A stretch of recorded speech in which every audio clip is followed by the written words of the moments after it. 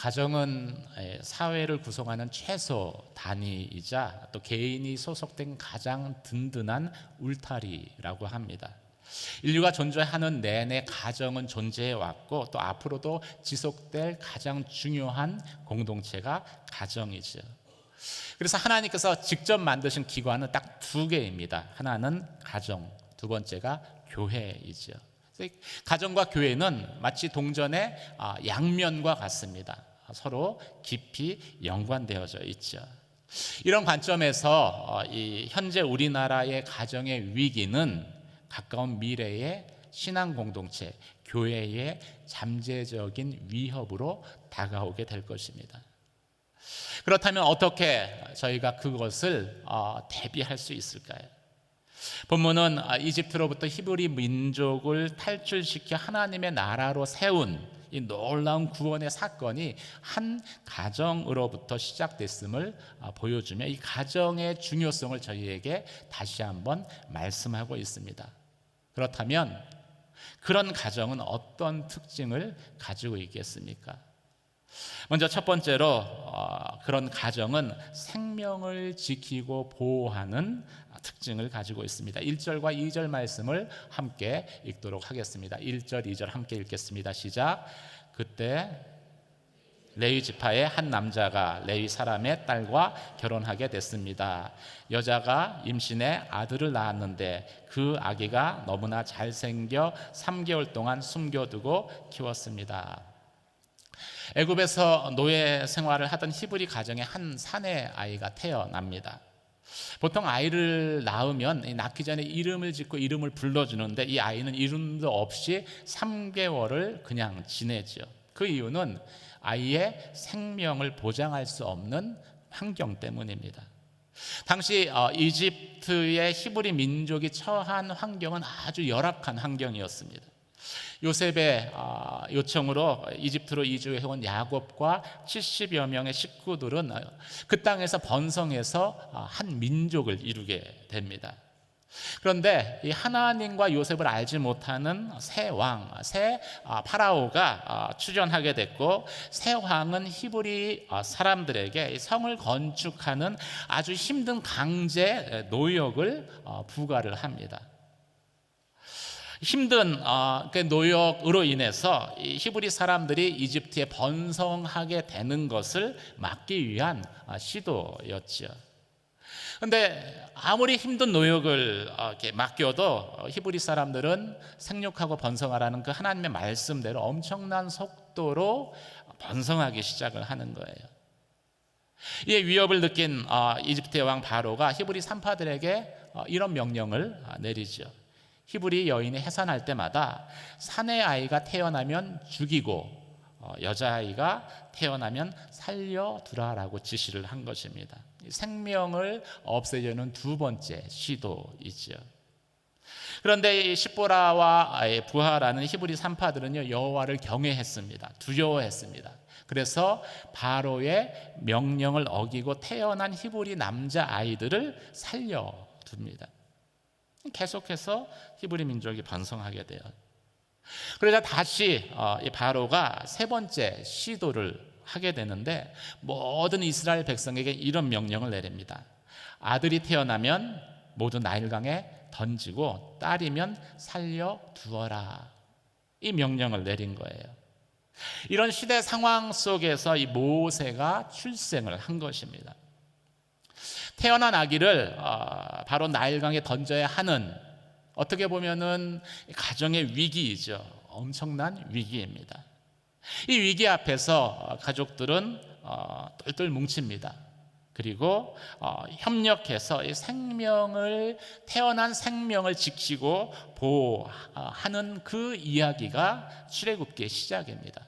하나님의 구원의 시작이 되는 것이죠. 이 당시에 사내 아이가 태어나면 죽이라는 이 명령은요, 그 당시 사회에서 가장 영향력 있는 사람의 명령이었습니다. 이 말은 이 명령을 지키지 않으면 어떻게 될까요? 어마어마한 형벌이 기다리고 있다는 의미인 것이죠. 근데 이 아이의 부모는 오늘 본문에 보면은 이 레위족 속의 사람들입니다. 성전에서 예배를 섬기는 레위 족속의 엄마와 아빠인 거예요. 이 세상의 영향력에 굴하지 않았습니다. 예배를 드린다라는 게 무슨 의미, 어떤 의미겠습니까? 왜 우리가 이 땅에서 예배를 드립니까? 그것은 세상의 영향력, 하나님의 뜻과 반대되는 세상의 영향력으로부터 우리가 대항하고 자유케 되기 위해서인 것이죠. 사랑하는 성도 여러분, 그러한 믿음의 용기가 있는 예배자가 되시길 주님의 이름으로 축원합니다. 하나님이 주신 생명을 지키고 또 보호하는 일은요, 가정에 주신 가장 중요한 미션입니다. 사명입니다. 왜 그렇습니까? 가정을 통해서 생명이 태어나고요, 그 생명이 또 다른 가족을 만들고 그 가족이 확대돼서 결국은 교회를 이루기 때문이에요. 그래서 하나님이 주신 생명을 잘 지키고 보호하는 것은 이 땅에 하나님의 나라를 세우는 주의 사역인 것이지요. 이 아이의 아버지의 이름이 아므람입니다. 그 뜻은 백성이 높아지다라는 뜻이에요. 어머니의 이름이 요게벳입니다. 여호와는 영광이다라는 뜻이에요. 이 두 사람이 만나서 가정을 이뤘습니다. 이 가정은 여호와의 영광을 드러내고 이스라엘 백성을 높이는 가정이 된 것이지요. 그리고 그 일을, 그 가정을 통해서 이루시기 위해서 하나님께서 또 다른 생명을 그 가정에 보내신 것이에요. 사랑하는 성도 여러분, 여러분의 자녀를 향해서 하나님이 이 가정에 두신 그 뜻을 이루기 위해서 보내셨다라는 그 믿음의 고백이 있기를 주의 이름으로 축원합니다. 세상은 이 아이를 나일강에 던져서 죽게 할 수밖에 없다, 키울 수 없다라고 말을 합니다. 하지만 성경은 이 아이가 너무 잘생겼다라고 이야기를 해요. 이때 이 잘생겼다라는 이 표현에 쓰여진 단어가 이 키토브라는 단어, 원어입니다. 이 토브라는 단어를 썼어요. 여러분, 이 토브라는 단어가 어디에, 성경 어디에 가장 먼저 등장을 했을까요? 하나님이 창조하신 다음에 보시기에 심히 좋았더라, 그때 쓴 단어가 토브이죠. 하나님이 당신의 형상으로 사람을 창조하신 다음에 보니까 보시기에 심히 좋은 거예요. 그게 토부입니다. 한번 옆에 분들에게 이렇게 축복의 말을 하시길 바랍니다. 당신은 하나님의 보시기에 토부합니다.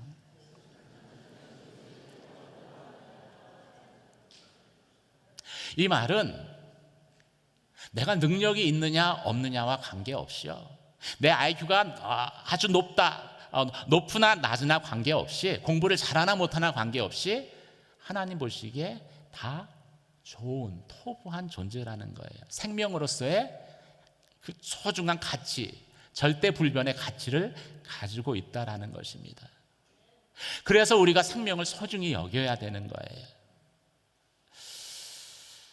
저는 양주 온누리 교회 모든 성도들 가정 가운데 이 지난 주에 있었던 것처럼 신생아가 태어나고 생명이 태어나고 그 생명을 축복하는 일들이 점점 많아지게 되길 주님의 이름으로 축원합니다.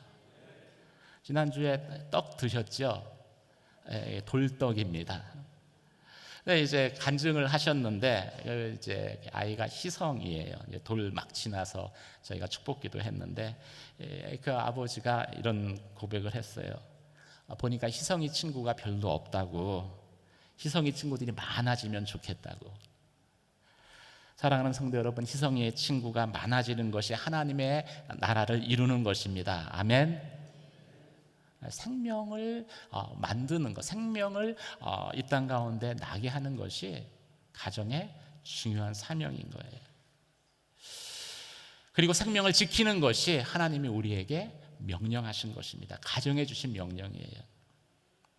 이 아이의 부모는 어떻게 합니까? 왕의 명령이지만 그것을 어기고 자신들의 생명을 걸고 아이를 3달 동안 숨기게 됩니다. 감추게 되죠. 생명은 생명으로만 지키고 보호할 수 있습니다. 예수님도 우리의 생명을 지켜주시기 위해서 자신의 생명은 어떻게 하셨나요?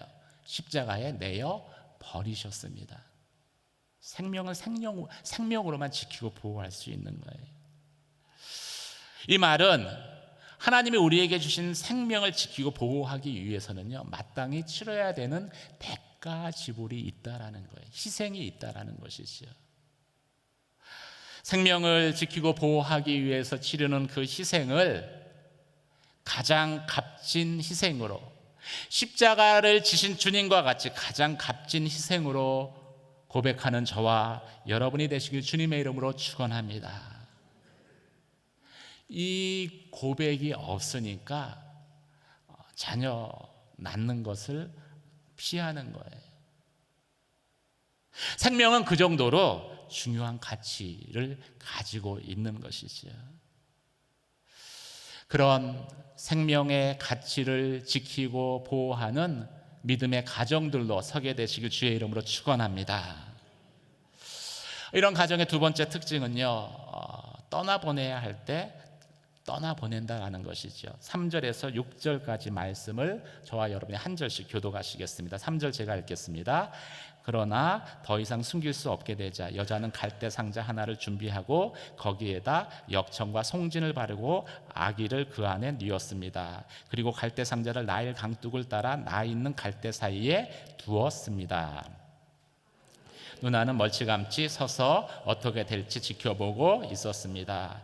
그때 마침 바로의 딸이 나일강에 목욕하러 내려오고 그녀의 시녀들은 강둑을 따라 거닐고 있었습니다. 바로의 딸은 갈대 사이에 있는 상자를 보고는 자신의 여종에게 가져오라고 시켰습니다. 함께 읽겠습니다.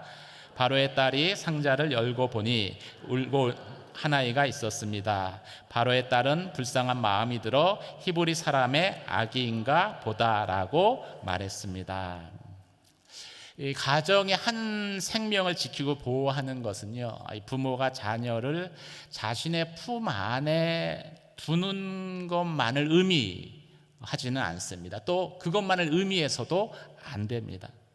물론 이 부모의 품에 두고 키워야 할 때도 있습니다. 하지만 떠나보내야 할 때도 있기 때문이죠. 물론 이 본문과처럼 특수 상황도 있을 수 있어요. 이 본문은 아이의 가족들에게 그 순간이 너무나 빨리 왔죠.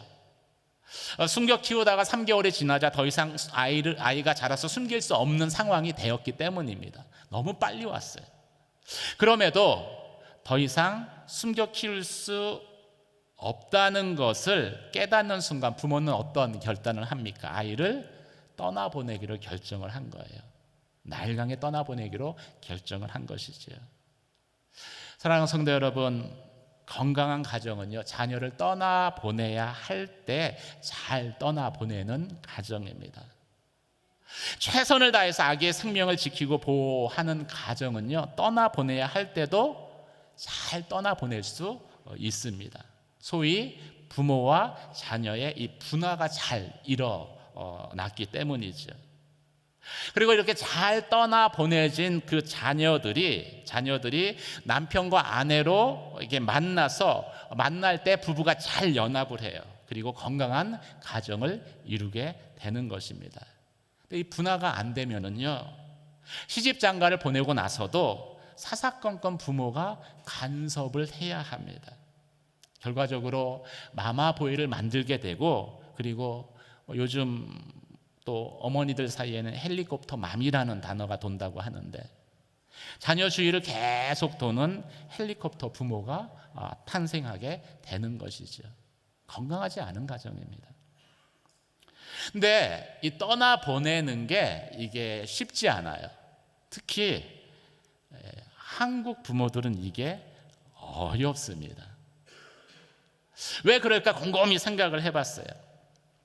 떠나보내는 것을 버린다라고 생각하기 때문에 그래요. 떠나보내면 죽게 될 것이다라고 염려하기 때문에 그렇습니다. 그런데 떠나보내서 버림받았다고 상처받고 죽는 것이 아니라 오히려 붙들고 있어서 상처받고 죽어요. 어떤 이 가정사역자가 그런 이야기 하더라고요. 자녀는 부모가 건들면 건들수록 망가진다고. 하나님의 품에 맡겨야 될 때는 맡겨야 되는 것이죠. 본문에서도 아기를 떠나 보냈습니다. 근데 갈대 상자를 준비하고 거기에 안에다 역청과 나무 송진을 바르잖아요. 이게 무엇을 의미하겠습니까? 갈대 상자에 그 역청과 송진을 발랐다는 것은요, 떠나 보낸 것이 그 자녀가 죽게 하기 위해서 떠나 보낸 것이 아니라 살리기 위해서 떠나 보냈다는 것을 의미하는 것이죠. 아이의 운명을 내 손에서 하나님의 손에 맡긴 것입니다. 마치 방주 안에 있는 그 노아와 그 가족을 하나님이 돌아보신 것처럼 하나님께서 그 아이를 돌아보시도록 하나님께 우리의 자녀를 의탁한 것이죠. 이것은 하나님에 대한 절대적인 신뢰, 믿음이 없으면 나올 수 없는 행동입니다.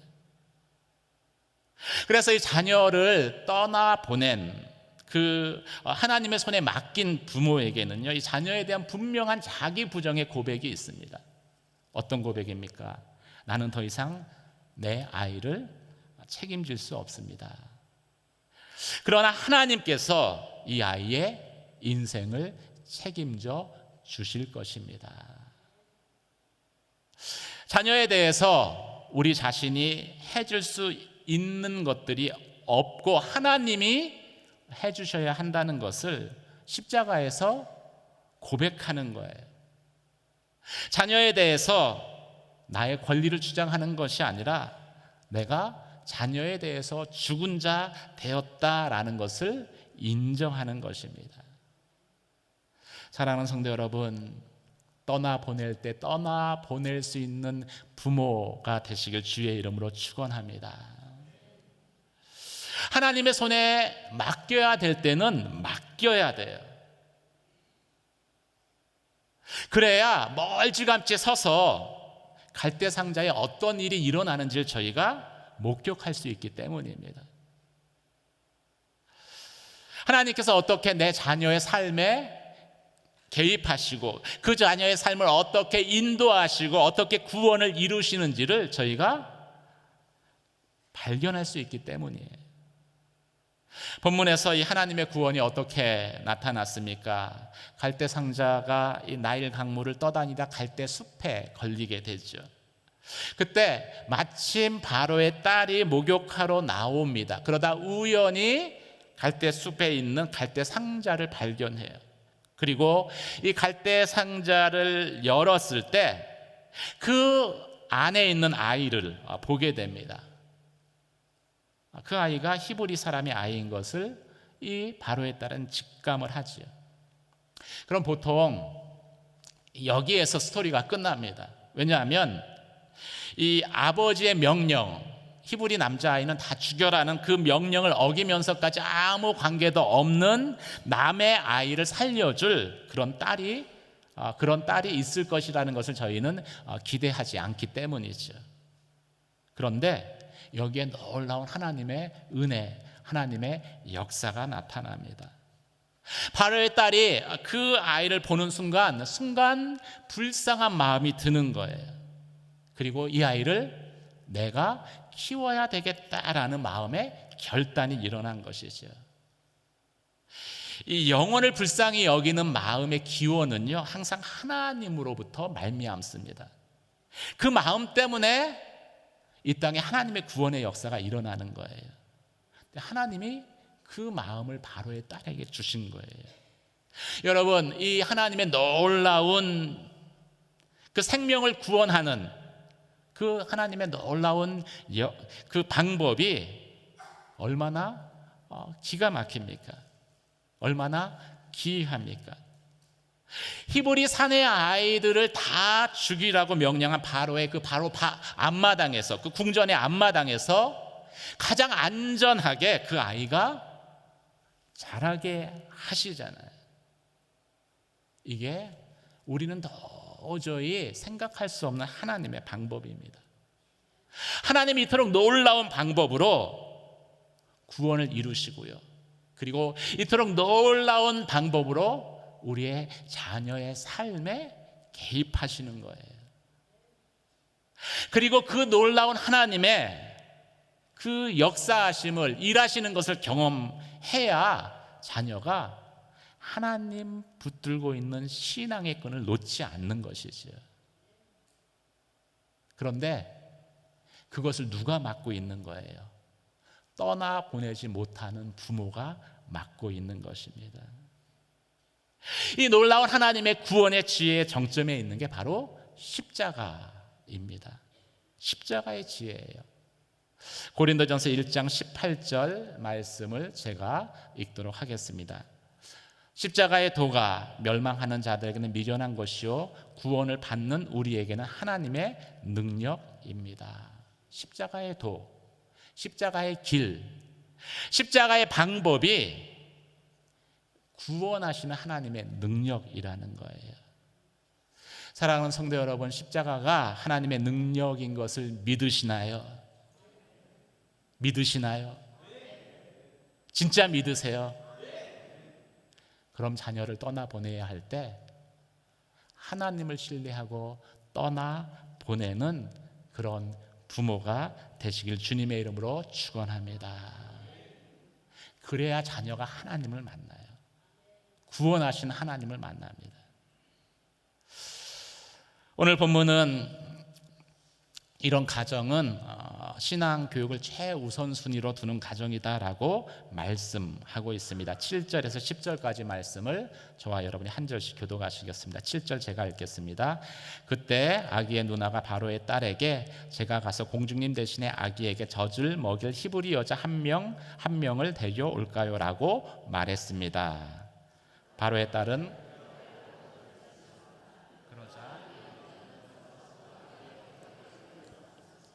바로의 딸은 이 아기를 데려다가 나를 대신에 젖을 먹이라 내가 대가를 주겠다라고 했습니다. 그리하여 그 여인은 아기를 데려다가 젖을 먹여 키웠습니다. 함께 읽겠습니다.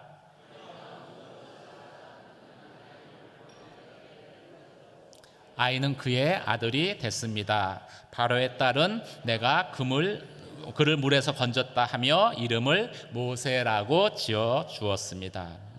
하나님이 원하시는 것은 자녀를 세상에서 경쟁력 있는 자녀로 키우는 것일까요? 아닐까요? 대답하기 망설여지시죠? 아닙니다. 하나님이 원하시는 것은 여호와 신앙이 있는 자녀로 키우는 것입니다. 생명이 있는 자녀로 키우는 거예요.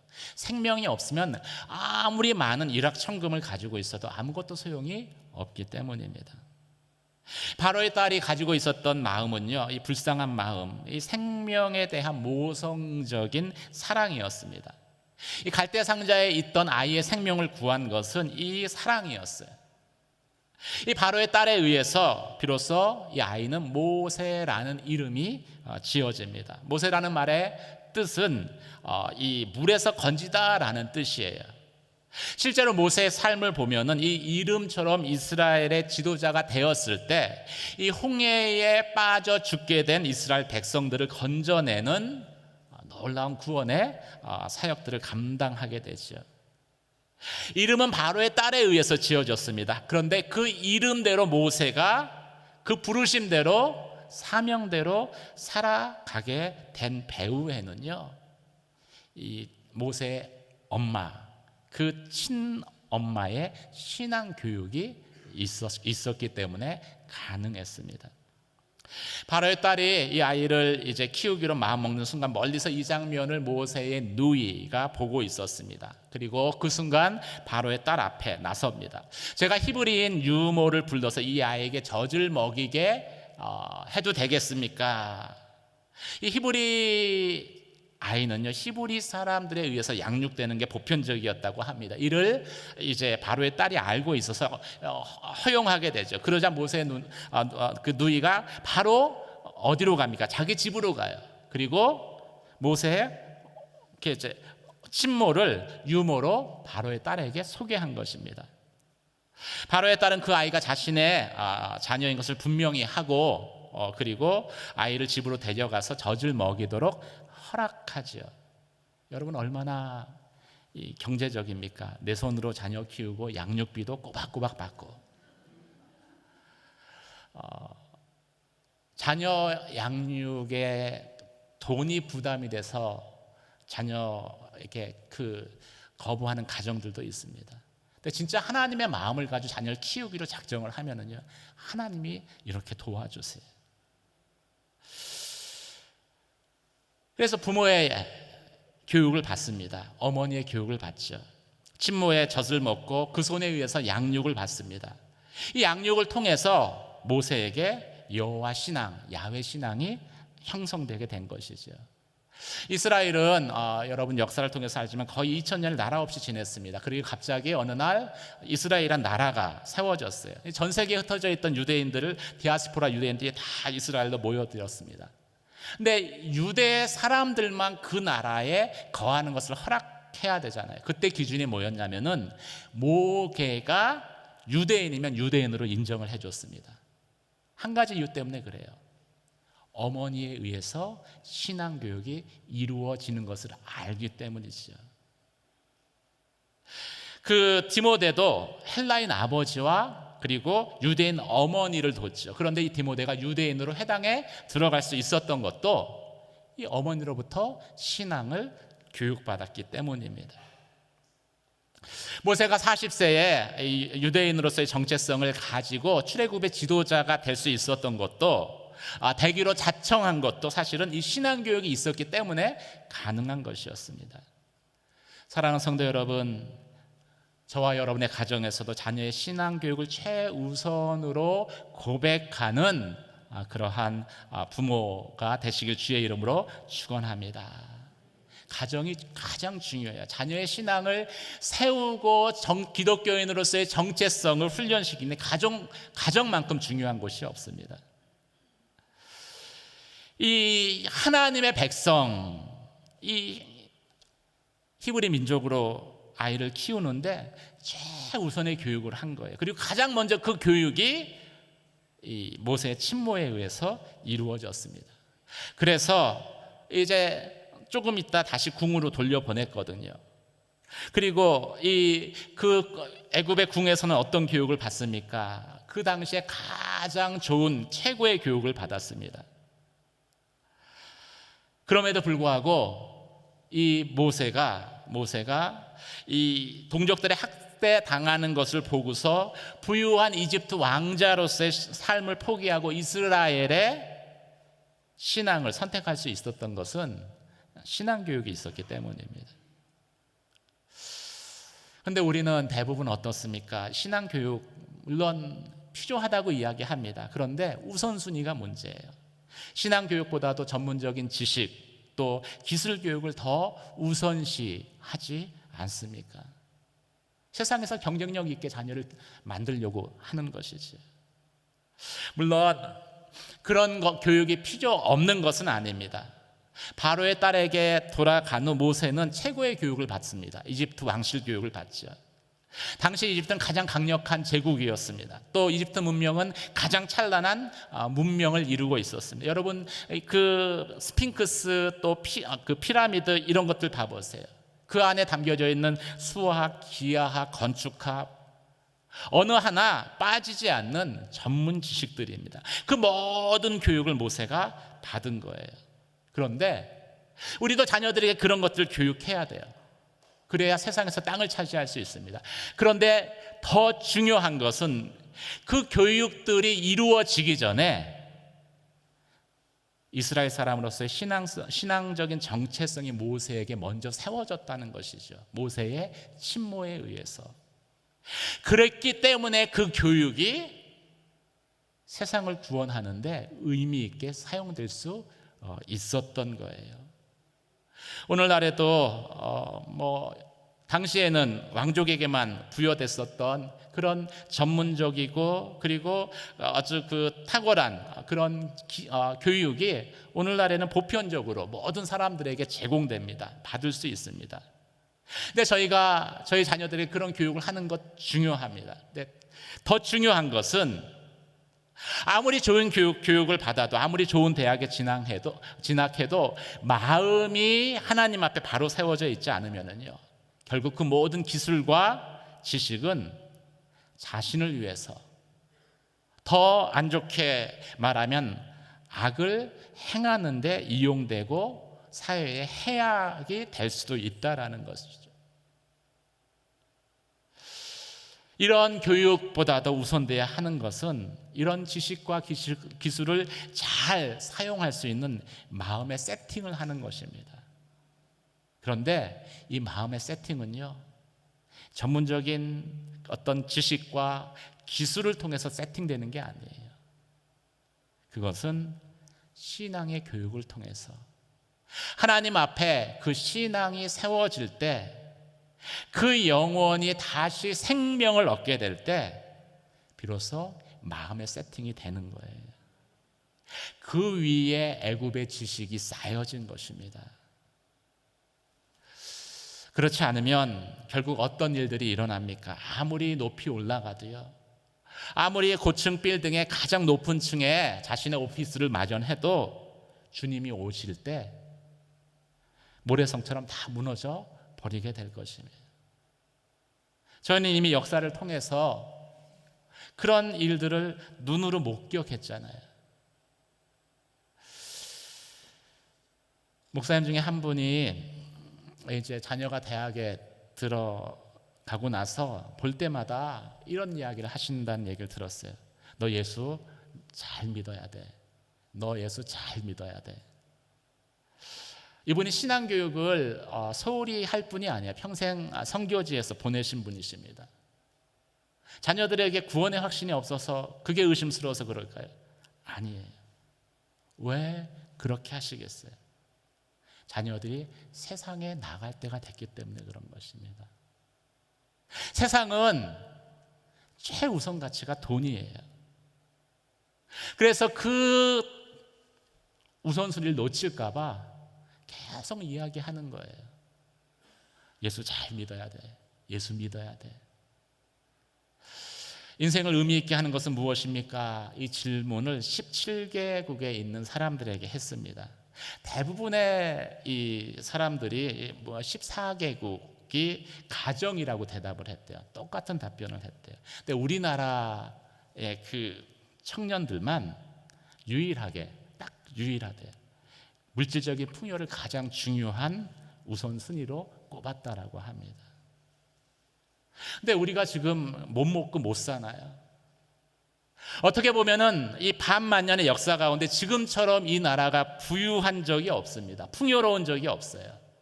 하나님의 은혜이죠. 복입니다. 그런데 이 하나님의 주신 그 물질적인 풍요로 인해서 아이러니하게 가정은 어느 때보다도 심하게 훼손되어져 버렸습니다. 이혼율은 계속 높이 올라가고요. 출생률은 말로 꺼내기도 두렵습니다. 0.75, 그것도 올라가서 0.75래요. OECD 국가 중에 최하위, 사람들이 이야기할 지구상에서 가장 먼저 사라져버릴 나라. 1,000만의 기독교인 가정이 1,000만이란 얘기잖아요. 왜 이런 상황, 이런 안타까운 현실 앞에 놓이게 되었을까요? 왜 이렇게까지 가정이 무너져 버렸을까요? 우리 때문입니다. 생명보다 경제적 가치를 우선했었던 우리들의 과거의 잘못된 선택, 우리가 뿌린 씨의 열매인 거예요.